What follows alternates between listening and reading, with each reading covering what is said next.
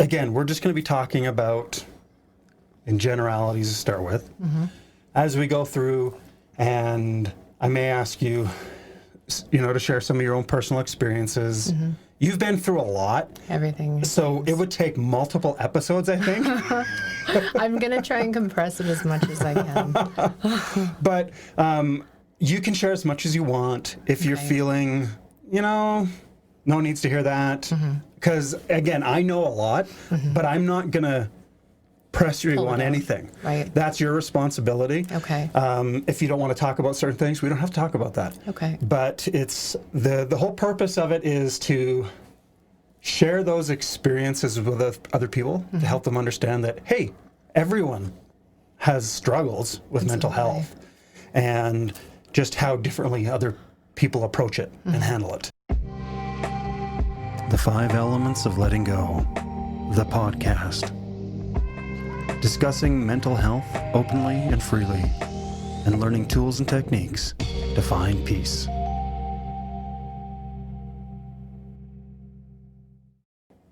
All right, welcome everyone to the 5 Elements of Letting Go, the podcast. I'm here with my friend Star Madden. Just a little bit about her before we get started. She is not only a professional photographer, one of her amazing photos is here in the clinic, hanging up on the wall. She's also training as a life coach, so that's coming up soon. And if you're ever considering that down the road, she would be a fantastic person to talk to because she's been through a lot. So she's got some ideas to support and guide you. And she's also a mother of 6. Now, when I thought of starting this podcast now, this is our 6th episode already. Wow. I was pondering, who are some really cool people that have some amazing stories that I would like to share with others? And Star was one of the first that came up that I made a note on. And luckily, she was kind enough to come and join us. I'm honored to be here. And I start out the same way with everyone because, again, I think we should all kind of have an understanding of how we feel about mental health. And how do you feel the current status of mental health is in the world and how we're approaching it? I think kind of the way that I see it right now is and I could be totally wrong, this is my point of view. I feel like we're over-diagnosing a lot of people with anxiety and depression. Those are very real things, and people do struggle with it, of course. I've struggled with it. And then there's a lot of people who are kind of slipping under the radar, a lot of people who are too afraid to open up and share their stories. So we're really lacking balance, I think. And we're just seeing that play out. And I mean, balance in general, energetically, just people are kind of all over the place right now. And that's kind of how I feel about it. So how would you explain kind of those people being overdiagnosed that you're talking about? I think that, we're really quick to say, I have anxiety, and I believe that there are people who do have debilitating anxiety, but there are people who are experiencing anxiety and maybe they're not connecting with the people who are able to give them the tools to help cope with that anxiety.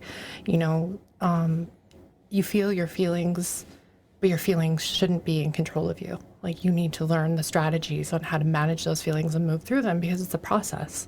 It's not a place of being. You don't stay in that. And you need to learn to embrace it. And the circumstances that come along in life that bring about those feelings, they're coming to you to help you grow. They're not coming to put something bad upon you. It's an opportunity for you to move to another level. That's how I've experienced, my feelings of anxiety, my feelings of depression. I do have the great fortune, I'm not clinical, I haven't been medicated. I've never needed that. And while I understand that there are people who need that, I also understand there are a lot of people who face challenges like I have, who are just being medicated. That pill popping culture that we live in, it's not good for a lot of people. And a lot of people, they'll never learn those strategies because taking that pill is their strategy. That's their coping mechanism. And I think that, with the loss of community and connection, we don't have those campfires. We don't have those, tribal gatherings of people sharing stories to help build one another up. And if we don't have contact with people who have had these experiences and who can help us through that, then it becomes a scary place. And a pill does seem like your best option. You don't want to grow. You see things as happening to you and not for you. And there's empowering language and disempowering language. And I just wish that everyone could have a chance to kind of move through a process before they're directed straight to medication, because I think there are a lot of people who would, really value from the story sharing and things of that nature. Yeah.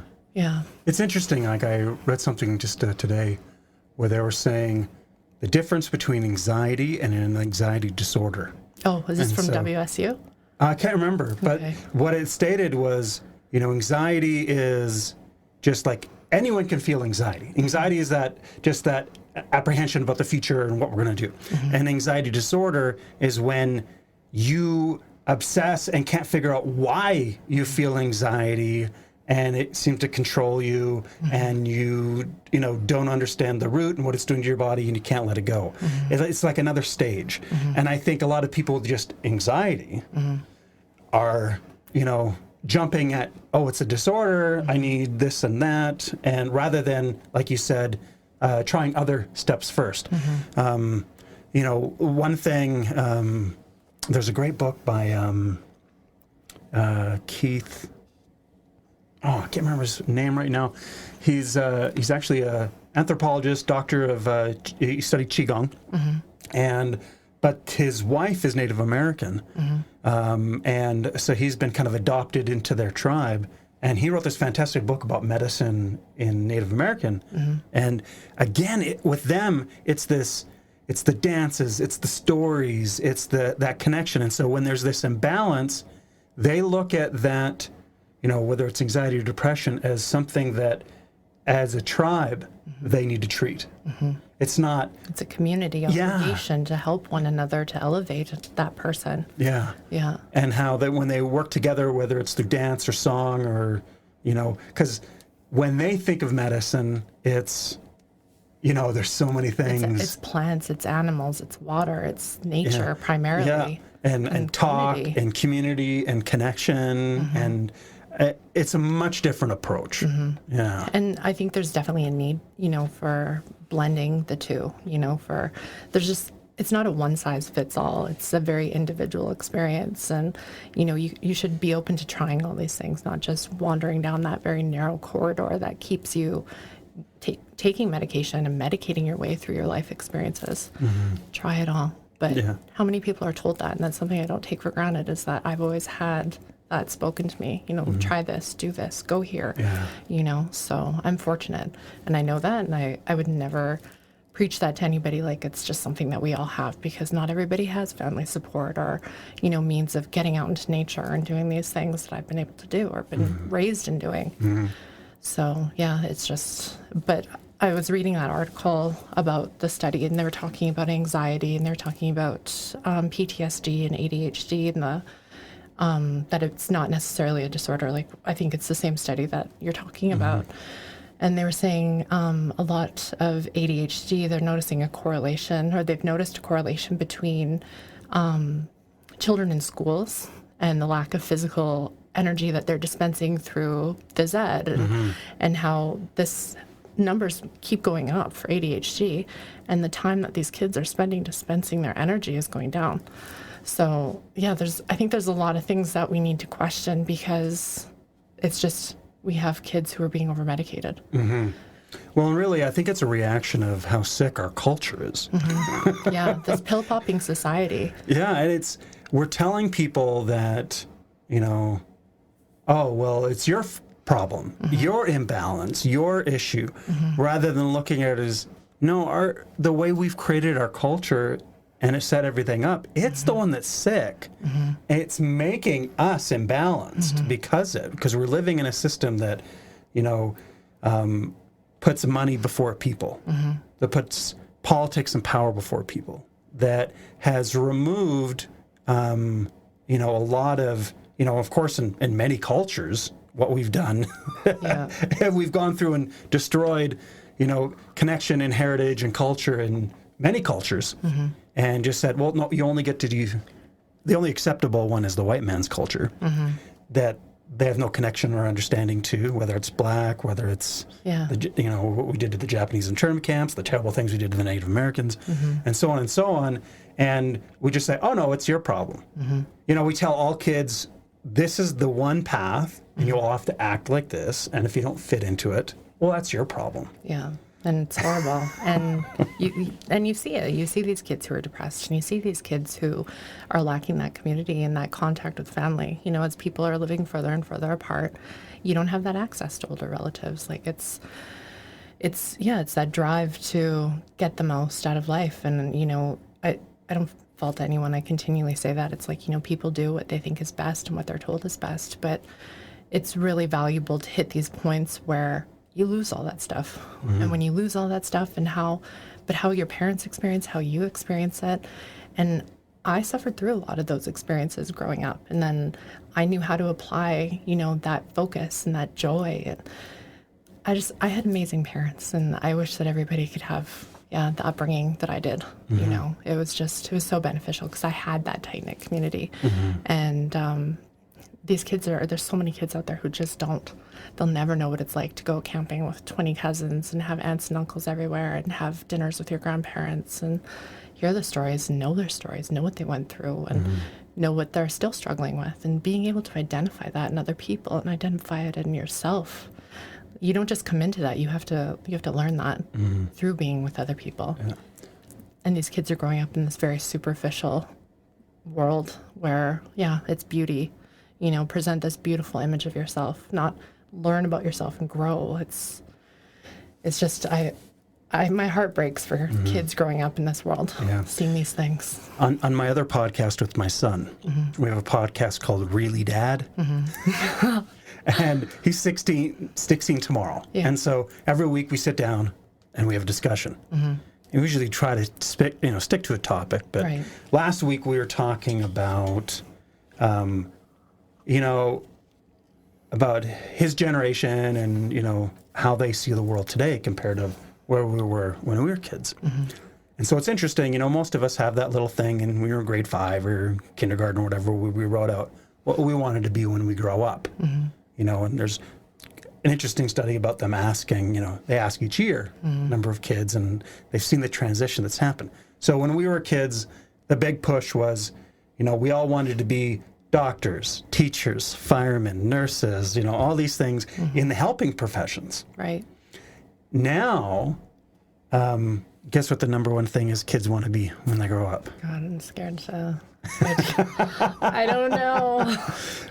It's not even a profession. Okay. Most of them, it's just, I want to be famous. Oh, God, that's the worst. I know, when I hate it when I hear, my son is 10. He's like, I want to start a YouTube channel and get followers. And I'm like, but why? Yeah. He's like, because I could make money. And I'm like, you could make money doing anything. Money is not what it's about. Yeah. My kids said the same things when they were younger. And I said, okay, you want to start a YouTube channel? Great, do it. What is it going to be like? How are you going to help people? What's the purpose? Yeah. And they have no idea. No. They have no idea what they want to do with that. And I'm like, that's fine, but I want you to think about how you can do that and help people at the same time. Meaningfully, exactly. And if you really want to do it, go do it. And again, it's much easier to sit and watch someone do something than going and doing it yourself. Absolutely. So, it's... But those are conversations that a lot of kids, I think, don't really get to have with their parents, to have them say, well, what's meaningful about that? Like, how is that going to touch people's hearts? How is that going to make the world a better place? Yeah. Yeah, it's just do it. You just want to do it, and you want to do it for the wrong reasons. And, I mean, everybody, I think, not everybody, but I mean, for myself, I've learned firsthand, it's like those things that you are told to strive for, that you're programmed, not told, you're programmed to strive for. It's nice when they're stripped away and you're left going, well, shit, that's not me. That's not meaningful. That's not, but and to be able to pass that knowledge on to your kids too. I still think it's important in our culture to support and help others. I just don't think it's talked about as much as it used to. And of course now there's so many supposedly accessible ways to become famous. Because all you need is an Instagram or a YouTube channel, and you could be famous. Yeah. And so they think it's this easy, great thing. But, it's interesting. I do think a lot of celebrities are wising up to the pain in the ass of being, famous. And all the things you lose because of that. And the increased pressure and depression and everything it brings with it. Yeah. So I don't think it's the way for kids to go. I don't want to be super famous, but if I am going to be famous, I want it to be with a purpose. Yeah, there you go. And you know what? And that's one of the questions I say to myself. It's like, what can I do today to live purposefully? And that's become a big focus in my life. It's like, don't seek happiness in your life, because happiness, that's relative. Everybody has their own, definition of what happiness is. It's like, live purposefully. That's what we should all do. Now, you grew up in this, very extended, supportive family. Now, were you? Am I remembering it right that you were adopted? I was at birth, yes. Okay. Yeah, 3 days old. So. Tell me about that story. So. If you don't mind. Yeah, adopted at birth. My aunt picked me up from the hospital. I was adopted out of province. I was adopted by a Caucasian family, and I am Indigenous and Cree. I was raised in this primarily white community. So that came with its own set of really fascinating life experiences, challenging life experiences. But it gives you a lot to deal with, because I was so loved, and I was so blessed to have been one of these kids adopted from a reserved life and raised in a life of privilege. Of course, it came with struggles, but it was still privileged because I was loved. I was a part of the 60 Scoop, which took place here in Canada, where there were thousands of Indigenous children taken from reserves through coerced adoptions, which is what happened with me. My birth parents were told, like, you have 2 kids already, you can't support yourself, so give this one up, or we're going to take all 3 and put them into foster care. So it's devastating. And, my biological mother and her mother, they were both residential school survivors. So, this was just another layer of trauma. Already had a ton of trauma. Exactly. Yeah. So this is inflicted upon my birth mother, who ends up essentially drinking herself to death, succumbs to her alcoholism and has all these health conditions. And it gave me an opportunity. I was able to speak at a women's event in Shuswap and share the story. And it was like, it's never what you think. Like, there's so much damage that has been done to this culture, to these people. And to share her story, like, she's passed away now 10 years ago. And just to be able to shed light on that, to be able to extract, this goodness that I have, that my children have. My daughters, my sons, they're proud to be Cree. They can tell people, I'm Cree. They're as white can be, but, I'm like, what a privilege. This is what my ancestors would have prayed for, to have children who would hold their head high and say, I'm Indigenous, my mom's Indigenous. So there's the blessing in that, but it took a lot of time to get to that point and a lot of processing to get there. But yeah, it was a good life, but it came with many consequences and at the expense of other people. So I'm very grateful. Yeah. What to me, just listen to that story, how hard it would be in my mind to balance that out. Like, yes, there's that benefit of, okay, you're in a stable family, lots of love, lots of support, but, because there's always that struggle of, okay, who am I from? What's my real Hey, Mom, past? Hey, Dad, why do I look like the family dog and I don't look like you guys? Because that was when the first conversation came up, because I was like, I have dark hair and brown eyes. So Yeah. You guys are all blonde hair and blue eyes. Like, how did that happen? Yeah. And I'm glad that I came into that awareness at that point. Thankfully I had a nice little dog who gave me that awareness. But because it was shortly after that I began to get bullied and almost bullied to death. Like, I was pushed to the point of suicide. Like, I couldn't take it. I just had enough. It was a lifetime of, why are you playing with her? She's a dirty Indian. And being called, a squaw and a chug and all these horrible things. And there was nobody else who knew my story. I was Indigenous and I was in this white community, and there was one other Indigenous person. So there was no one for me to connect with, to understand or to talk, so that was tough.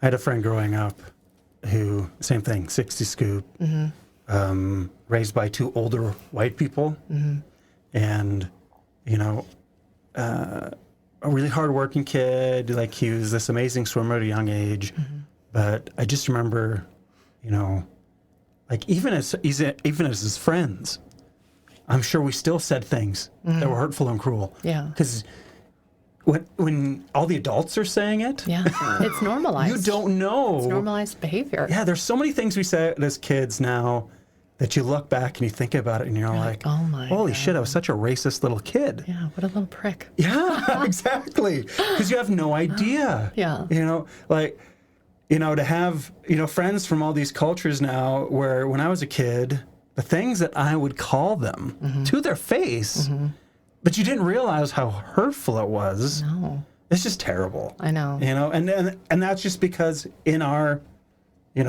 whether it's, you never got called out by a teacher No. for saying those things. God, no. Nobody. Or your parents or anyone, because that was just okay. It's okay. It's, it's like going back to the 30s and it's like, beat up your wife. It's like, oh, I just beat up my wife. I'm going to go meet the guys for a beer now, like it's just, it's par for the course for the time that we lived in. Yeah.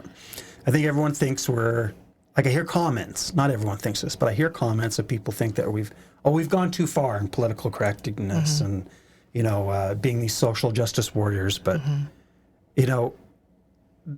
there's nothing wrong with that right now because we were so far to the other end that sometimes we have to go extreme to one side, which I still don't think we're all that extreme. I think we can be. I think that this whole freedom of speech and people being, essentially crucified, losing their jobs for speaking their point of view. I think we're getting a little extreme there, but I get what you're saying. Yeah. Eventually we'll balance it out. It'll just become, we'll get to a point where we're like, oh, we understand now why we don't do that. The cancel culture of someone said something 10 years ago and now we have to punch them now. Yeah. If they're the same person and they've still been getting away that no one's done anything, yes, I can understand that. But if someone is like, obviously, realizes that was really dumb, I don't know why, I was a different person then, because I do believe people change and they can become better and they can overcome. Yeah. And that, every 5 years, we're almost a completely different person. So, there's definitely room for that to, have some compassion and understanding when people go through that. But I just hope that this next generation is really observing what's happening and they're making sense of it. In a way that's going to help us progress. And it's happening very fast. It's hard to where stay on we've top of all gone in this. just a few generations. I do think prior, it was just one thing after another, generation after generation of just, abusing it. Like on CBC, I was listening to, was talking about like the Coaldale tribe, or Coaldale Reservation just south of the border in the U.S. Like 80% of their land was in Canada, and Canada just kind of pushed them across the border. Bye, guys. And said they're all extinct in Canada, and didn't give them any land at that time. And of course, in the U.S., they just got this tiny little parcel. And at one point, this tribe was down to 230 people. Yeah. Where they had, tens of thousands. Yeah. Massacred, disease, and it's like all these things. And we're just like, okay, we're done. We just want this land. Yeah. Yeah, that makes me think of people have said to me, oh, it's really nice that you got a free park pass. And I'm like, okay, wait a second. I was stolen from my mother, but I got a park pass, so it's all good. Thanks for letting me visit for free, guys. It just kills me. But yeah, it's a similar sort of thing, It's just, colonization. What an awful thing. Yeah. And the thing is, we still don't understand it. There's so much about it that still has not been told. Oh, I know. And we don't understand. And that's the thing. There's so much context that is missing from these stories. It's like you see these pictures and, these artifacts and pieces of clothing displayed. Like even at the Glenville Museum, you have these things displayed and it's like there's no context. It's a picture. It's an item. Let's talk about what happened to these people, what they went through. Yeah. Educate people. So do you get, when you hear things said, or you say things on TV, or people make these side comments that they don't realize how hurtful they are, how does it make you feel? you know, does it... Where does it take you? It's one of those things, and it's like many moments in my life where I just think I made it a mantra of mine. Just think more, feel less. This isn't about how I feel. This is about, like, what can I think of that I can say to this person that's going to make it make sense? Like, if you respond emotionally to what people say, then you don't accomplish anything. It's an opportunity for you to teach somebody, you know, hey, like, this is actually what happened to this person, or my story. Like, I can just share my stories. And I mean, people have said something to me, like, I went to the bank one day and I was cashing a payment that I had received for the 60 scoop. And the teller was curious, and she asked me a couple of questions, and I started telling her a few stories, and she was almost in tears. She was like, I can't believe that. And I'm like, I'm one of the good stories. Yeah. You know, like, I don't take that for granted. I'm blessed, but, you know, when you look at the timeline between the 60 scoop and the missing and murdered Indigenous women, they run parallel to one another. We still haven't done anything. Yeah. And how many thousands, if those women went missing from Okotoks or Cochrane, like, anywhere in Canada, if that many white women went missing, it would be the top priority of the nation. It would be the nation's problem. Yeah. But it's an Indigenous problem. Yeah. So it's so weird, that disconnect, isn't it? Absolutely. I can't wrap my head around it. Yeah. Yeah. Because when I talk to my sons about it, they just, you know, this generation, thank goodness, when they hear stories like this, they're just like, what? Yeah. No. Yeah. Like, how like in Canada? Yeah. Yes. And it was only 40 years ago or whatever, and they're like, no way. I know, it's shocking. And I mean, even when you say that to adults, some adults, like the bank teller, you know, crying. Yeah. It's shocking. But it's a dark chapter in our history, and it needs to be talked about. Yeah, and that's the thing, you know, whether it's mental health, whether it's what we've, you know, done to our First Nations, it's, you know, the more we talk about it, the more we, as a community, take, you know, our own personal responsibility towards it. I think everyone wants to blame all that stuff on, you know, previous generations. Right. And the thing is that if we're, you know, a parent in your family were doing something about a sibling and you just stood back and did nothing, you can't just blame the parent. No. You're neglecting that. Yeah. You need to do something about it. And we're blaming our previous generations for all the harmful things they've done to everyone, and just like, well, that wasn't me, you know? And, you know, well, that was so long ago. Why are they complaining? Yeah. But like we said, you guys get your university for free and your dental for free. And I'm like, okay, if somebody came into your grandparents' house and took their kids away, or even your parents' house and took you away, like the RCMP were forcibly removing children. Yeah. Like, this is 40 years ago. Yeah. You know, this is 30 years ago. This was happening into the 90s, like the residential school system. Not to that extreme, but still, you know, and people just don't understand if they can't put themselves in that position and understand what that was like. Yeah. Well, and still, okay, well, you have this land, but you don't have any water that you can drink. Don't drink the water. There's parasites in it. Yeah. But You don't have the same accessible health care everyone else in Canada has. You don't get the same funding per student. You know, the same quality education. No. Again and again and again. It's everything. And even if we could just, you know, of course, I think the First Nations deserve far more, but they're not even getting what everyone else is getting. No. So you can understand that, you know. And there's still that mentality applied to it that, you know, they're drunks, they're this, they're that. And it's like, okay, well, I get that, but let's unpack this a little bit. Yeah, but why? Yeah. Do a lot of them turn there? Yeah. Because we self-medicate when we have deep trauma. Exactly. Whether it's alcohol, whether it's drugs, whatever it is. And, you know, rather than looking at the real issue and addressing it and supporting these people, we just want to make them addicts and ignore them. Yeah. Yeah, there's no empathy there. And I mean, that's the most harmful thing that we're experiencing throughout society too, is that, yes, there are people suffering, but there's just this empathy or lack of empathy, apathy that exists. And it's like, well, it's not my problem. Yeah. You know? Man, we could talk a whole hour just on this. But I could understand how, just those connections, to get through that, through your life, that alone is a bit of a trial. Yeah. Oh, absolutely. But that's not the only trials you've been through. No. Heck no.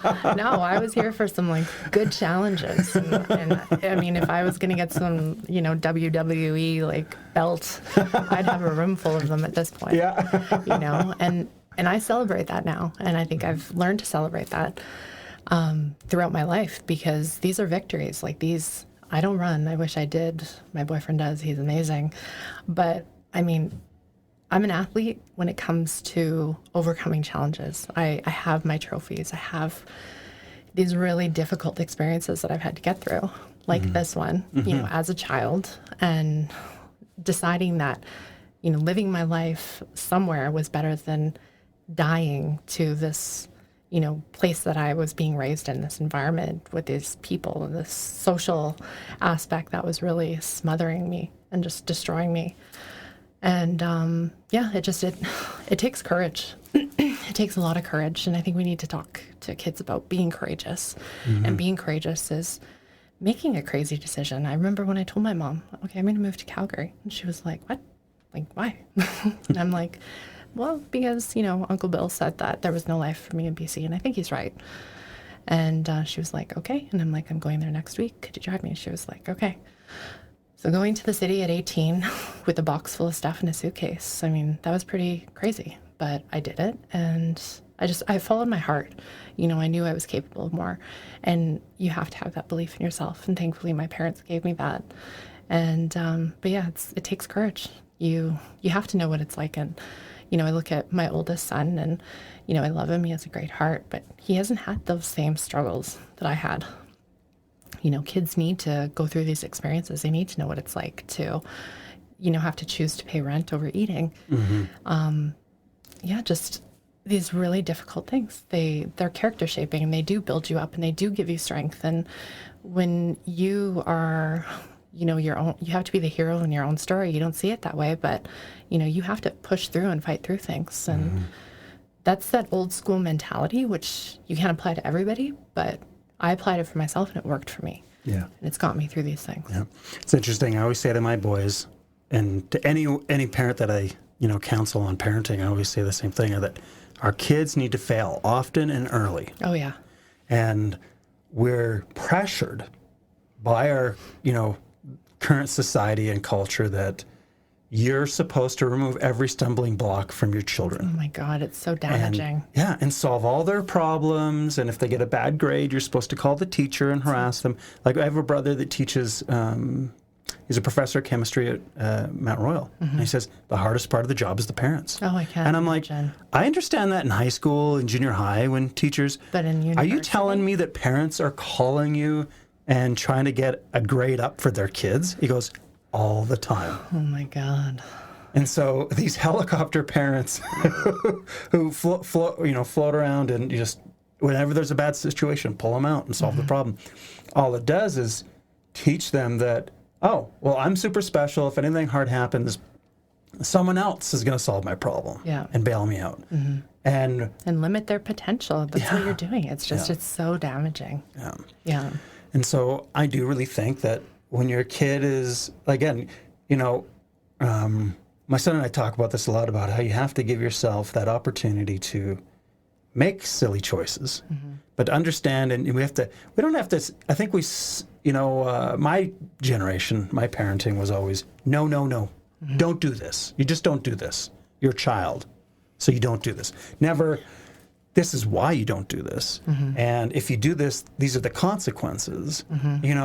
It's like, all right, you feel you're ready to do that. This is what can happen. And if you're prepared to deal with those consequences, then great. Yeah. But I'm not going to fix it.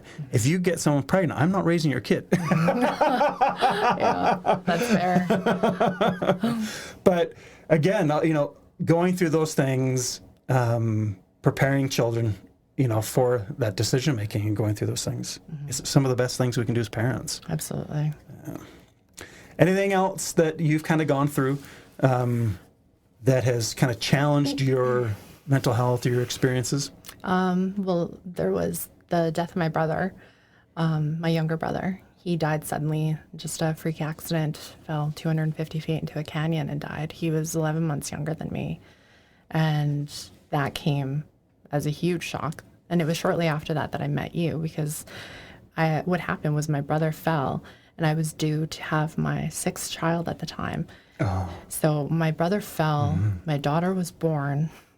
While my daughter was born, I was sitting in the hospital managing all the social media. Like, my brother was just a very loved person, and managing the social media updates for my parents and taking care of the GoFundMe page, because there was a chance he could live and he would be severely disabled. It's like every bone in his body was broken. Oh, gee. And he ended up dying on Mother's Day. So he died 3 days after my daughter was born. Oh. So that was massive trauma to experience, life and death, just in a 1 week time frame.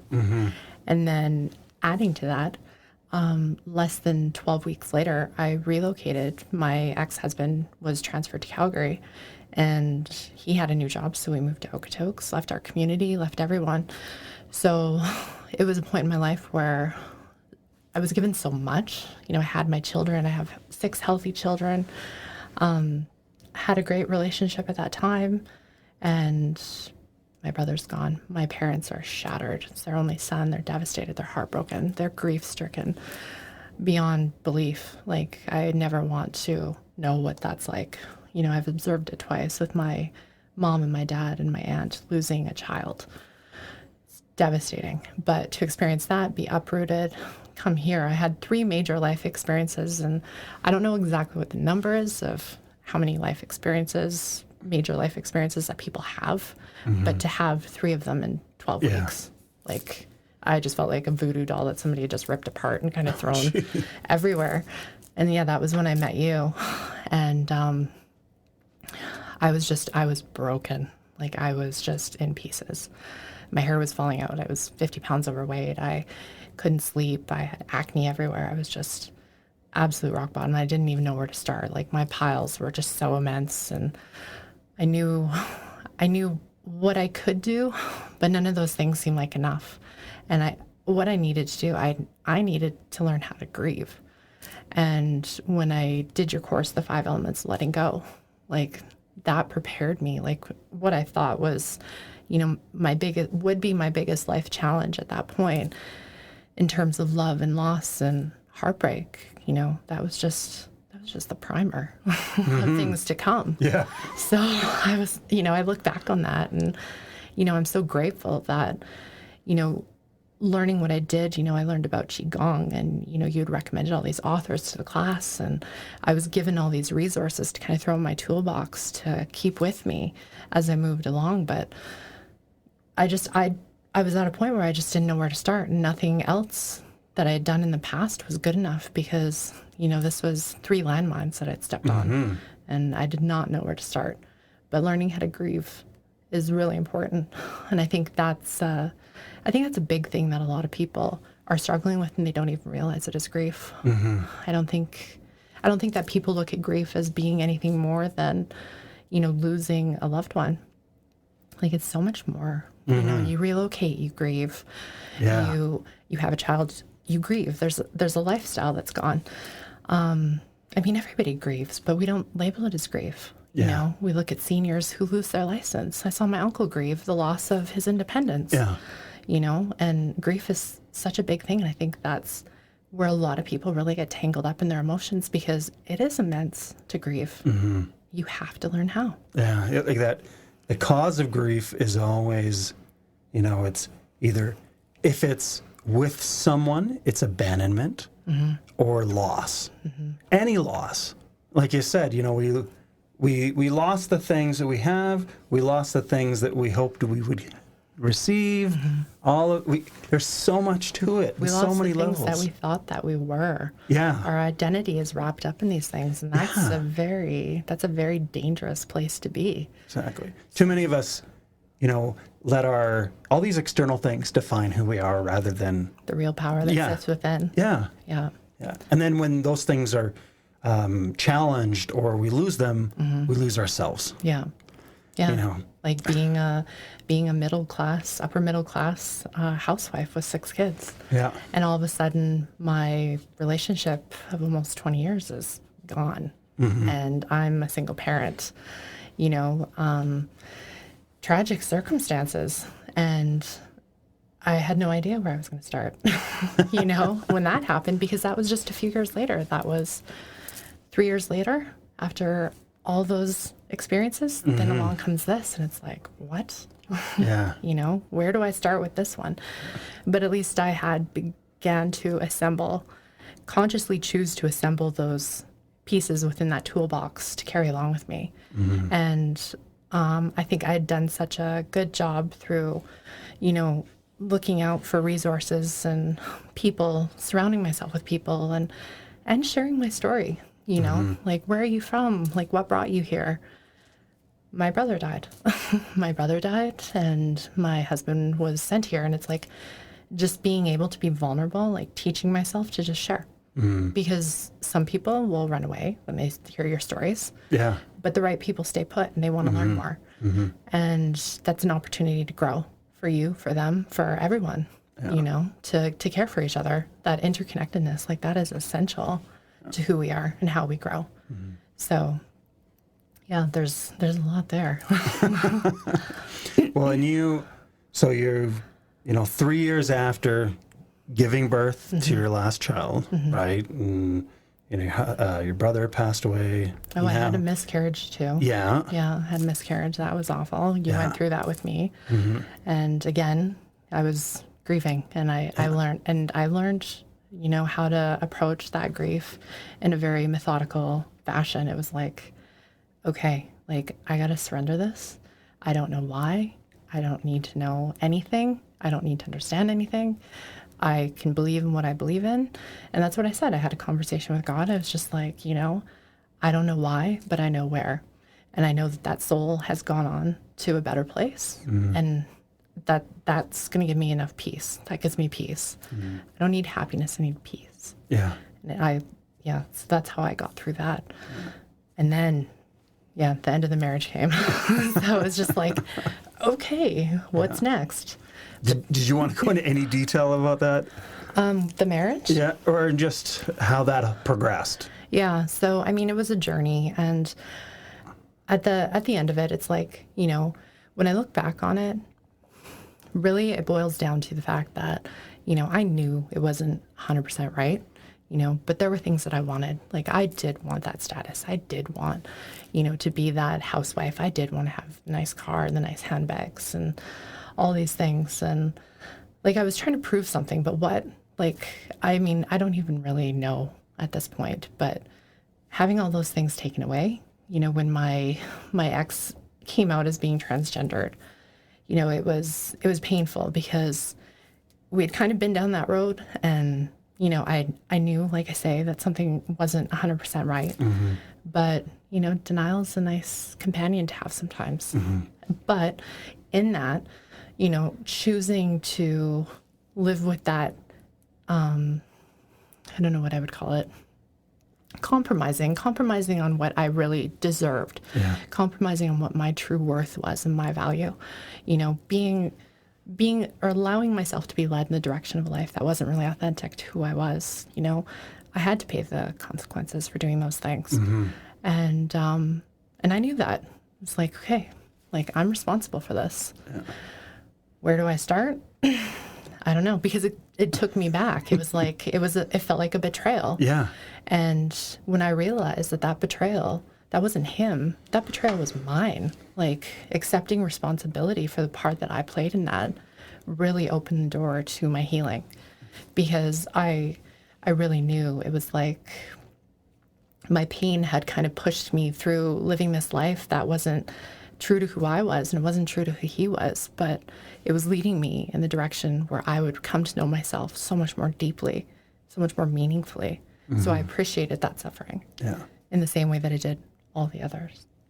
So one thing, though, I do want to say about that is the way you approached it and dealt with it all was very inspiring. Thank you. Because I don't know how many other women who dealing with this where something, your spouse of how many years? Almost 20. Yeah, 20 years. You think everything's perfect. You've got everything you want, and that everything you think you need to be this perfect mom and wife. Mm-hmm. And but then you start to notice that he's not happy. Mm-hmm. There's something there that and I was so impressed with how you approached it. Yeah, I remember talking to you. And I was Yeah. like, I think he's gay, and you were like, oh yeah. Well, I knew that there was something. Yeah. There was something more. Yeah, And it was and- obvious to everyone. Yeah, and it's something that when we come to that, you can't be the person to say, "Hey, you're this. You need to do this." Yeah. They have to get to that place on their own. Mm-hmm. But I was super impressed that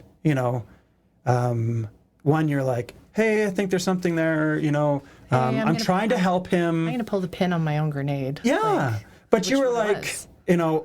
if this is the case, then I and him, we need to figure this out. Mm-hmm.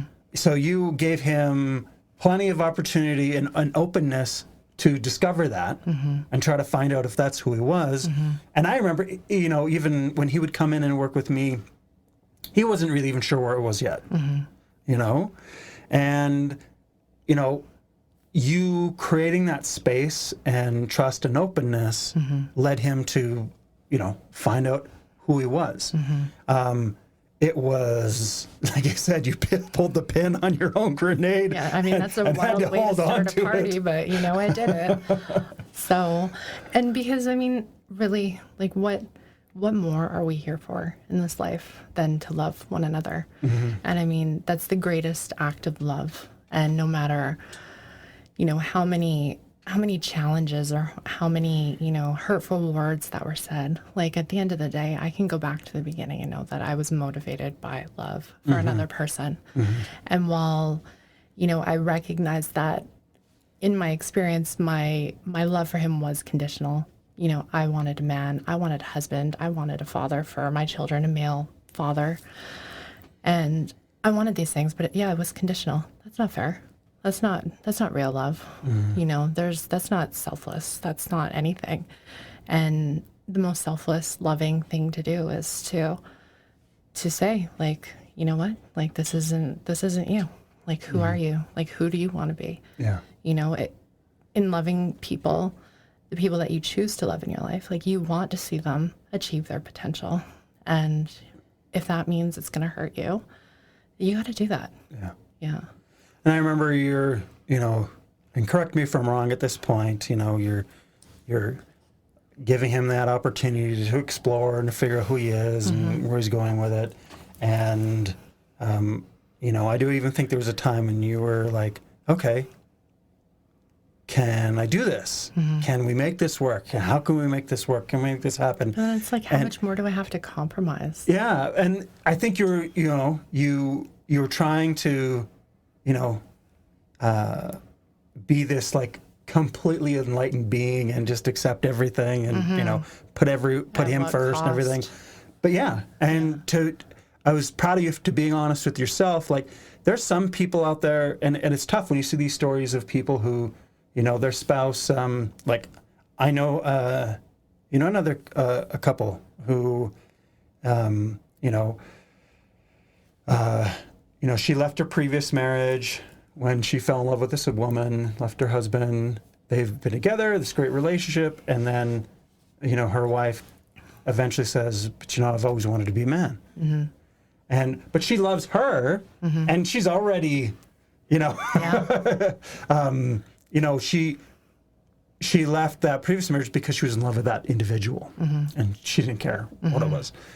But to be honest with yourself and realize, no, I know, like, I'm not there. I can't do that for me. I know what I need. I know what my kids need, and having the courage to say, you know what, I've honored this piece of my journey with this person, and it's time for me to step back. What did you do to maintain sanity through all of this? Like, this is a lot within a matter of less than 5 years. Yeah. Well, I read a lot. I read a lot more. I listened to a lot of different podcasts and, this motivational stuff, while, so many people will say that it's cheesy and it's, whatever. There's so much garbage out there and there are a lot of terrible quotes out there. But when you're seeking something from a very specific group of, philosophers or psychologists, like really, people with credibility, there's a lot of stuff out there that can become your medicine. And it became my medicine, seeking out these people and listening to these speakers. And it's always one person leads you to another. And you eventually find the right message and you just you listen, you dial into that, and it becomes your faith. Faith doesn't have to be sitting in a church pew. Faith doesn't have to be, anything. It's not defined. Like, I think that spiritual experience, it's defined by you and God tells you what you need, God or the divine or the universe. I mean, I use all these terms interchangeably because I don't feel the same way about it all the time. It's an energy, and I had to trust in that energy. I had to have faith. I had to have hope.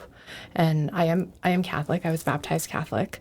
I don't go to church. I'm not practicing. I mean, I've made the journey to Rome. I've seen the Pope, but I learned a lot about my values through the church. But as an Indigenous woman, I always felt like nature was my altar. Mm-hmm. And nature was the altar that called to me endlessly. I mean, within the first 2 weeks of, deciding like the marriage is done, it was like, what am I going to do? Where am I going to go? Where do I start? And I started journaling. Like, journaling is a very powerful tool. I heard you say that, it helps you get those thoughts out of your head and they no longer control you. And that's absolutely true.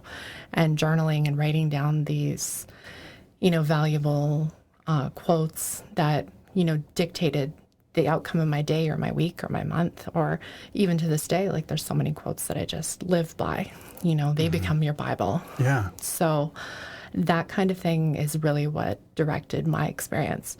And I mean, if you're in a really, bad frame of mind and you're consumed by your emotions, like, there will always be endless negative content out there to make you feel bad. Mm-hmm. Like, your algorithms are feeding off that stuff. Like, say one thing, like, it'll hear you. But if you're seeking positivity and you're bringing positivity to others, I mean, it all boils down to the fact that technology is a useful servant and an evil master. Yeah. And when you really think about it and you speak consciously, you live very consciously, and you're very aware of, what vibration you're putting out there, it's always going to come back to you. Mm-hmm. So I tried to live in that flow and really be aware of the energy I was putting out, even the things that you think, the things that your heart feels, like that energy that you're emitting out. I mean, it's a magnet too. So just became very conscious and very mindful of how I was living my life and what thoughts I was having, even towards my ex. It was like, oh, like, I'm feeling really ugly about this situation right now, but I'm just going to wish for happiness for this person. Mm-hmm. At all costs. Like, I want them to be happy, even if it makes me uncomfortable. Yeah. Let them be happy, because that's going to bring happiness to my doorstep. Sounds like you've created quite the profound religion for yourself. I think so. And yeah, my nature altar is really there. And, I've had the most profound spiritual encounters because, I mean, watch what you say and watch what you ask for. I mean, I've learned that in many different aspects of my life, but, I started hiking by myself. It was like, all right, let's get rid of these fears, because I no longer wanted to be afraid. And going out hiking, walking up the side of a mountain all by myself. And it's like, all right, like, God, like, show me the way, like, lay out the breadcrumbs and show me what's next. Like, what are you going to give me to take me to the next level? And that's the thing. It's always wanting to move to that next level and being like, a visual person picturing what that next level is going to be like for you. Like, rock bottom is the best place to start visualizing this amazing new life that you're going to have. And that's what I did. But it was like, I can't do it on my own. Like, what divine force is going to help me get there? God. Mm-hmm. So, yeah, God, show me what the next steps are. Hike up the mountain, sitting at the top of the mountain, having this beautiful lunch all by myself, and Then I'm coming down the mountain and I encounter a cougar and I'm all by myself. And that's terrifying. And I had my big drum. I had made a drum for myself out of rawhide. And I had a drum on my back because I just wanted to play it and just get some stuff out at the top of the mountain. And I'm beating that drum, running down the hill. Like my toenails, I think I lost a few of them when I got to the bottom. It was terrifying. Yeah. But I thought I was going to die. I was expecting a mountain lion to like jump through the grass and eat me. Like I was alone. No cell phone reception, nothing. And I got to my car and I was just like, oh my God. And I locked the door, like as if the cougar is going to walk up and like open my door handle. But I stopped and I was like, I laughed. And I was like, I'm alive. I am so happy to be alive. I have no reason to be happy to be alive except I'm alive. Yeah. And it was like, okay, God, like, I get it. Thank you. That was quite the lesson. Yeah. So, yeah, watch what you ask for because I think God has a really great sense of humor because there are just things that he'll bring to you. And if you have to have the mindset to see the beauty in these things, you know, almost being eaten alive. I mean, they would have found my, you know, chewed up skeleton months later if I was lucky, but you know, you could focus on the bad stuff where it's like, oh my God, like I'm alive. This is amazing, you know, and seeing the beauty in things and connecting the dots and realizing, hey, I asked for this. This is not what I expected, but this is what I got because look at the outcome. And being able to appreciate those things, like you really have to train yourself to have the eyes to see. And you have to be very consciously aware of the narrative that is in your head that is telling the story of your life. Like you could tell your story in any different way. Oh my God, I almost died. Nobody would have known.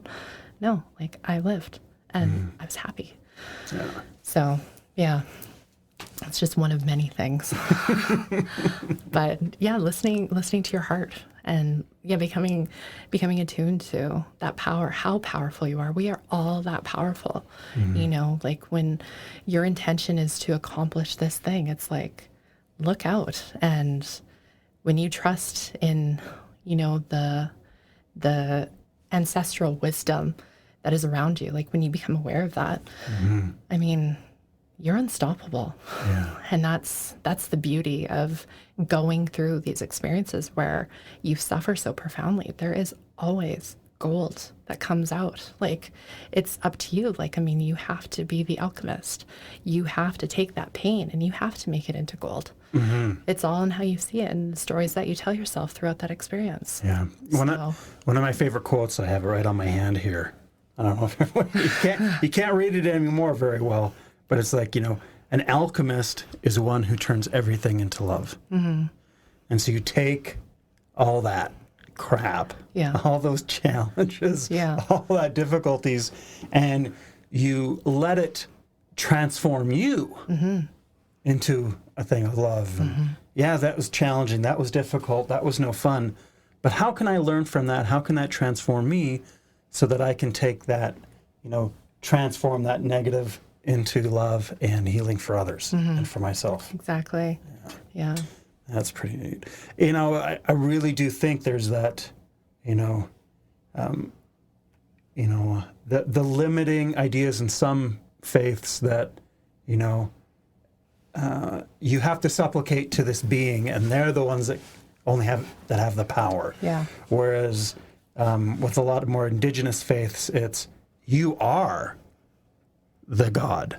You know, you are a part of this intricate system of divinity. Yeah. And that you have, because you're a part of it and it is part of you, you have right to the guidance and the energy and the power that it holds because you're a part of it. And when we slow down and listen and connect, then we receive those messages. And then they come fast and furious, like your intuition gets sharp, your dreams get vivid.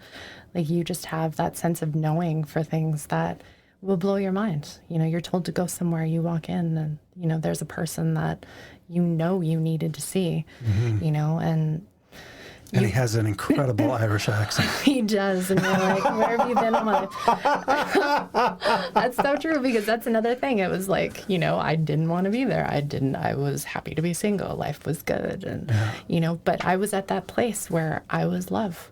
I had connected so deeply to love and to myself. And I mean, it all boils down to love. It's like, I think that was the message, and it's been misinterpreted in so many different ways. It's like Jesus wouldn't show up here and be like, you're going to hell, you're going to hell, you're going to hell for this, that, or the other thing. It's like, are you coming from a place of love? Are you coming from a place of goodness?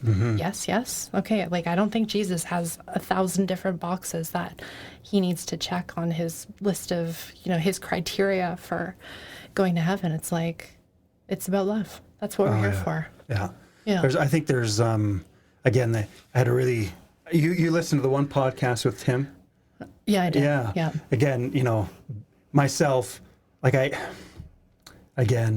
often refer to myself as an atheist, but I don't think that's the proper term. I just don't believe in a supreme being. Right. I believe in this interconnectedness, a lot of the same things that people of faith believe in. I just don't think there's, one big guy with white hair telling us all what to do. And I respect that people have that need. And I recognize that, we have all these different people, different souls that are here to obtain a different level of consciousness. And where they're at, I'm not at, and that's okay. I needed to be spoon-fed Catholicism for, several years. And that was meaningful to me. And that was a part of the plan. But I didn't need to do that long term. It ultimately led me to my native spirituality, indigenous spirituality, which is something I'm just learning about. But I mean, I always knew. I was always that person. And I think being adopted into the family that I was adopted into, that was kept in me by them. And it's a part of the bigger plan. And it's always a part of the bigger plan. And you have to be, open to the bigger plan and how it's unfolding. It's never going to unfold the way that you thought. But when you have the eyes to see and you can look back and you can connect all these dots, thank God my parents were outdoorsy. Thank God they own a campus tent. Thank God that I grew up in the mountains. That, all these things, it all adds up, not in the way you think, but yeah. One thing I was so impressed with you going through all of these things is that, you handled, your separation and divorce so well, quite early on. You were already, referring to your ex as her and her name. And, you did so much. I tried so hard. When there were times where really, many people would have said, you're entitled to just walk away and stop helping him. Yeah. And because he's putting you in a tough position at times. Absolutely. But where's the humanity in that, though? I know. I was so impressed. Yeah. And just to continue to love and support in that way. And, and then through all of that, you didn't throw up your hands and say, I'm the martyr. No. Look at all these terrible things happen to me. How unappealing I is want that? attention. You just continue to move forward. How can I heal me? How can I better me? How can I work on me? Take care of my kids, and you're not support all of us. Benefit yourself by, participating in victim mentality. And I tell my kids that all the time. It's like, that sounds like victim mentality. Yeah. That's a ticket to nowhere. And, it hasn't always been easy. And, there have been endless challenges with my ex. And I'm here. I always like to think about, what are the big lessons that I'm here to learn in this life? And it's like, I'm here to learn about forgiveness and probably patience. But yeah, it's just, you always have to find it in yourself to forgive, because again, it's just that energetic principle, and that forgiveness is going to come to you, for a wrong that you may have done or not even know that you've done or may do in the future, so believing in that constant flow of energy and that interconnectedness. Yeah, it's a message that, I have to share, and I hope that it's meaningful, and, maybe help somebody else out who's in that situation. We don't need to understand everything. Yeah. We don't. It's not. And I learned that, like I said, through the miscarriage and all of these different experiences. We don't need to understand. We just need to be present. We just need to be loving. And I think, too, with that point of view and being prepared in that way, working on yourself, being in the moment, all of that, it does put you in a position to when you let go of all that victimization and, all those difficulties and be in that moment, you make that space to receive. Absolutely. And be prepared for things to fall into your lap. Yeah, because you had pretty fantastic guy fall into your lap. Yeah, guy, I did. He's amazing, and he's going to love to hear this, and I tell him this all the time. He's wonderful. And, it was like, being single, and it was just, it's a horrible time for an old school romantic to be single in this day and age with this dating scene and it being as transactional as it is. And I checked out from it because I couldn't handle it. It was too much. It's just so draining. And it was like, okay, you know what? Like, I'm better than this and I'm going to meet somebody organically. And I decided exactly what I wanted, but, and just put it out there. And like anything that you put out there, if it comes from a good place, if your intention is pure, it's going to come to you. Yeah. And it came to me when I least expected it. And that's the way that life works. And you have to have that openness. And there were some really tough times financially, like after the separation happened. And it's like, how am I going to feed my kids? Like, how am I going to make the mortgage payment? I remember the one day I don't want to ever be that victim. So, there was a lot of stuff that I suffered through on my own, but it was like, you have to tell yourself there's so many days. Even to this day, it's like, where you walk through your day and you're like, I'm going to be okay. I'm going to be okay. Cause like, you have to have a pep rally for yourself. You have to know that that's how people get through these things. It's going to be okay. It's going to be okay. And this one particular day, I was like, it's going to be okay. It's going to be okay. My mortgage payment is due today. I didn't get that $1,000 I was expecting. It's going to be okay. It's going to work out. It's going to be okay.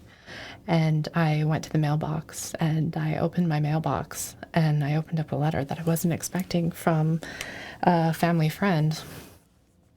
And there was $1,000 draft in it. And I burst into tears and I was like, God, thank you. Like, thank you. Thank you. Like, thank you for making me who I am. Thank you for making these people who they are in my life. Thank you for just hearing me, like he's there, that energy is there, that interconnectedness, all that stuff, it's also real. And your mind is a magnet and do good and good will come to you. It always does. Like, and I know that there are people who, will be faced with a challenge and they're like, but I'm a good person. Why is this shitty thing happening to me? And I'm like, it's for your benefit. You just can't see it that way. Yeah. And you have to plug through it and know that the good will come. It always comes. Like, it's never stopped. It becomes more and more. The more you do, listen to those internal prompts, make a donation, buy a homeless guy lunch, whatever it is that your heart tells you to do that, like, you are handsomely rewarded in this life. Yeah. I think too often we're so caught up in our own struggles that we're not, our heart's not open and our eyes aren't open to the struggles of others around us. And, it's like planned giving and planned service and all this stuff. It's not the same. And we miss a lot of those opportunities because our heart's not open and we're not listening and looking with our eyes. And, whether it's just a smile or listening for a while. A smile can save somebody's life. Yeah. You knew how valuable that was. Or picking up on, a text and you're like, what does that really mean, what they just said? And then follow up a little bit. And what can I do to help? All of those things, whether this family member is just like, she's struggling, she needs a little help. All those things, they're around us and there's so many opportunities for us to change people's lives. But we don't think it means anything, or we're so caught up in our own, we don't see that need. Yeah. And well, that's, you have to think, you have to have the mind that thinks, like, what can I do today? Like, what can I do to serve humanity? And not to make yourself sound like a superhero, but you have to be so vague, so broad in that statement because you have no idea what you're going to be called to do. Like I have a friend whose husband woke up one day, 5 o'clock in the morning, and he's like, I need to go for a run. Never runs at 5 o'clock in the morning, never goes to this place. But like, these people are very spiritual. They're very awake. They're very open and they're very loving. And he got up and he went for his run at 5 o'clock in the morning. And he found somebody overdosing on a bench on a path that he never runs on. And Oh he my was able to goodness, yeah. save her by just showing up there. Yeah. You know, that kind of openness, like being open and having that desire to serve others, like you never know where it's going to take you and what it's going to bring to you. Yeah. And it's like, what can I do to serve humanity? Because humanity will always serve you. Yeah. You know, like not what's in it for me, like what's in it for us. Like if you truly believe in that interconnected, experience. Yeah. So It reminds me of, again, you know, the last few things we talk about in the course at the end, where we talk about what I jokingly call the steps to enlightenment, where we need to give up competition and judgment, and we need to embrace service and gratitude. And when we do that, that's like heaven on earth now. yeah. That's enlightenment now. You're so present. You're so just rained down on with joy when you sit in that gratitude space. Yeah. And I try to celebrate that, 3 times a day. Call that divine, call it whatever, what 3 things am I most grateful for? And it's like, it could be simple things. It could be your health. It could be your warm blanket. It could be anything, whatever comes to mind, just be grateful. Yeah. Yeah. And you'll have more to be grateful for. Yeah. Like, I just truly believe, like, it's not our minds are like magnets, our souls, our spirits, like, they are magnets. Yeah. Put out, get back. Yeah. It's a constant flow. It's interesting, as we've gone through this conversation, you can see that, all like you've probably gone through more than most people, multiple lifetimes of struggle and trauma. Yeah. But what I've been impressed is throughout your story, you kind of explained all these steps and things that you've learned along the way that you've applied to create, a system, tools, all this to help you thrive, not just cope, not just, survive, but to thrive in your life, to use that, that difficulty and trauma to strengthen your faith and to, give you the tools to really live in the moment and take advantage. Because, you've had all these difficult things, but you're in this, you kind of where you want to be right now, aren't you? Yeah. Oh, absolutely. I'm living a passionate, joyful life. And you can't live that passionately where, your food tastes better, your kisses are sweeter, like your hugs are warmer, like everything, the sun is brighter. Like you're at such a different place. But it's embracing the fact, the idea, life doesn't happen to you, it happens for you. And celebrating it all. Yeah. There's no good, there is no bad. It's just experience that's necessary to take you to that highest level of consciousness and that highest space of love in your life. Yeah. I love that because it really fits in with, that concept where we talk about, we need to find our Tao, our way, our path. And it's going to be there's no perfect formula for everyone. Some people think, oh, this is the perfect religion, this is the perfect path, or this is the perfect program.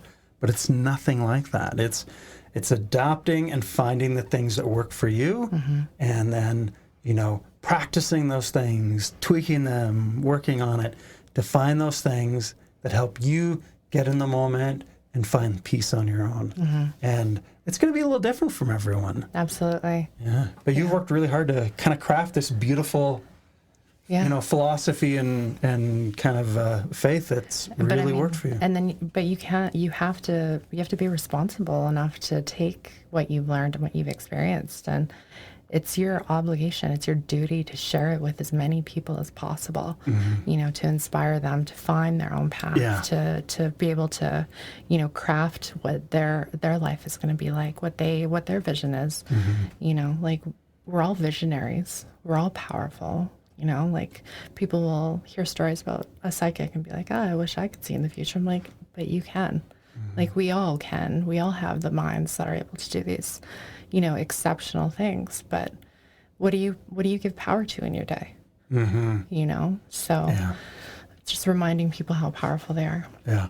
And I think that goes to, the difficulty we're having in our culture right now is, we're putting way too much thought and talk and focus on the things we don't like rather than on the things we do like. Yeah, and guess what? If you focus on the things you don't like, you're going to attract more of the things you don't like. So, because particularly when we're like, oh, I don't like what they're doing or what they're saying or what they believe in. Well, you fighting against them only reinforces that behavior, and vice versa. And you limit yourself. You don't actually develop that idea of what you like and what you stand for. Yeah, you don't know what's important to you anymore because now you're just about all the things you can't do or you don't like. And that's okay to do when you're a child. When you're a child, that's how kids figure out who they are. They define themselves by everything that they're not. Yeah. But there comes a point where it's got to switch, and you have to use that as a way to navigate deeper into yourself and figure out who you are. Wow. Yeah. So that's really beautiful. Thanks. Finding that, finding out what really brings you joy. Absolutely. And peace. Yeah. And then make it your life. And I think too, it's part of that, some of us, we're afraid to take that step because we cling to these things we were taught as children or, that's the thing that makes me safe. But even if it's not serving you in the way it needs to, you still grasp to it. But just giving people that confidence and courage to take that step in that direction of what works for you and what really can bring you figure peace. out who you are. Yeah. I mean, so many people, I'm reading The Untethered Soul right now. And the question, who are you? Tell me who you are. Yeah. And the woman's describing who she is and like what life experiences she's had. And they're like, okay, well, that's nice that you did that when you were 10 and that, you've had these experiences, but I asked you who you are. And I'm like, oh my gosh, how would I answer that? But that's what we're here for, is to ask or answer those questions to ourselves. Yeah. Figure those things out. I heard something recently from Mel Robbins. I love her. And she was saying how too many people talk about passion, finding your passion. But that's so hard to define, so hard to figure out. So she doesn't use the word passion. She talks about where do you have, what gives you energy? What gives you that desire to just, where you stop, you don't think about eating, you don't think about, anything else. You just, that one thing that could get you up at 5 a.m. any day, that thing that gives you that ability to just, spend hours on it without thinking about anything else. What are those things that give us energy? Those are the things that are what we would define as a passion, where we kind of limit our thoughts when we don't understand what true passion is. And, what brings you that energy and peace, and whatever it might be, the smallest way, and use that to guide you. Your sufferings are directing you towards that, because you have to find a way to balance out the, the highs and lows of your experiences. And when my heart was broken and I cried out to the world, like, why me? There was no answers. Like, I didn't have the answers at that point, but what called back to me was nature. And so I hopped on a plane and I went to Las Vegas and I drove to the Grand Canyon and watched the sunrise and took the most amazing photos of my life with my camera that I had just bought for myself. Yeah. And that was part of my therapy, was discovering that talent.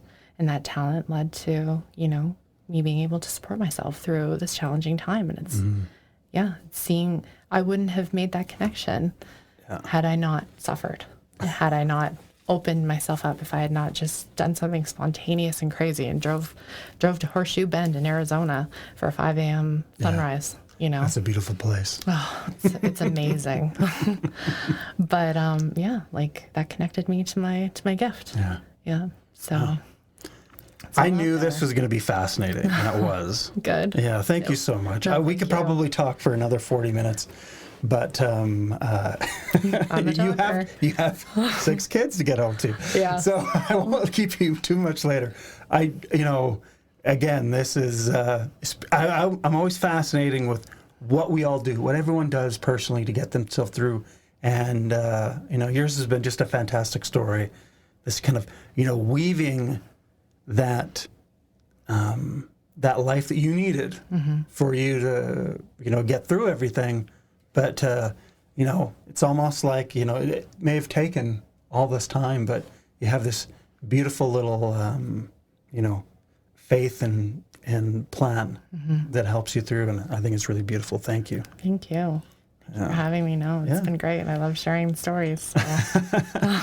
Well, we'll definitely put your information at the end of the podcast here in the notes, because if you're looking for someone who's going to give you a little bit of inspiration and some cool ideas, whether it's your pictures or the things you post and share, we're on that stuff. Might as well be following some really fascinating people. Absolutely. And I think you're one of them. Thank you. All right. Thank you for having me. Thank you for your time, everyone. This has been a lot of fun. If you think you can, this can help someone and heal, then definitely share this with them, because I think this can help a lot of people. Awesome. Thank you so much. Thank you. Have a great night, everybody. All right. Wasn't that just a lot of fun to meet Star and kind of go through her experience and story? There's one thing that just blows me away with these podcasts, and, especially, for the last, 15 some years working with patients, and just the incredible stories and trauma and difficulties people have been through. But yet how resilient we are, how strong we are, and how we can overcome so much. And Star has done, all of that. There's very few things she's not encountered already in her life. And she's done it with grace and dignity and hard work and perseverance and just tremendous faith in herself and in the greater picture and how it's going to carry her through. And what a wonderful story for her to share with us. I'm so grateful to have her in and to learn from her. And, this, again, the purpose of this podcast is to show everyone that we all struggle, that we all have difficulties with our mental health and challenges in our life, and that we all need to find that particular path for us to find that peace and find our power. And she's done a tremendous job of that and kind of given us a nice outline on how to follow that and find our path.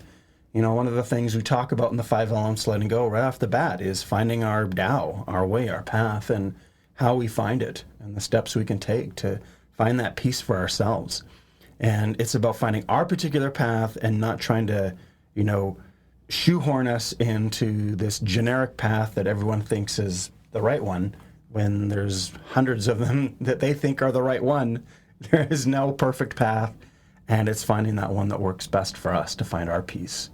And she definitely has, and she's been a tremendous example of it. I'm just, again, blown away by these fantastic people, and just particularly, the women we've had on this podcast are truly inspirational. Thank you, Star, for sharing with us all that you've been through, and it's such an incredible story. And, I hope we can all take from this experience and this story to find our own path, and to, as she has been able to create, a faith and an understanding for her that brings her great peace and power. I think we can all do that, and hopefully we can follow her example. Thank you so much for joining us again this week. We've got some great guests coming up here. Tanya Ryan, Madison Krebs, 2 other great friends of mine. We're really hitting local, real people, and I'm having a lot of fun with it. It just shows the tremendous resilience in our community and the fantastic people around us. And, one thing I do hope this, kind of adds to the patience and understanding and support our community has for mental health. Thank you for joining us again. If you want to learn more about Star, her photography, Instagram will be included in the notes, as well as her personal Instagram. And if you want to learn more about the 5 elements to letting go, all that information will be down there. There's a few parts of the course that are free when you sign up. You can check out the free stuff and even the 5-element personality quiz test. And again, if you want to be guided through the course or anything else, whether some acupuncture or coaching, again, you go to jaredmccallum.com. Thanks for joining us, everyone. I really enjoy this, and it's been just this, a lovely way for me to turn a hobby and a love into something that can benefit our community. And, whether you're in Okotoks, Canada, or you're in the United States or Europe or anywhere else across the planet, these experiences and lessons about mental health can help us all. Thank you again. Have a lovely day. And again, show compassion with yourself and show compassion with your community. Thanks, everyone.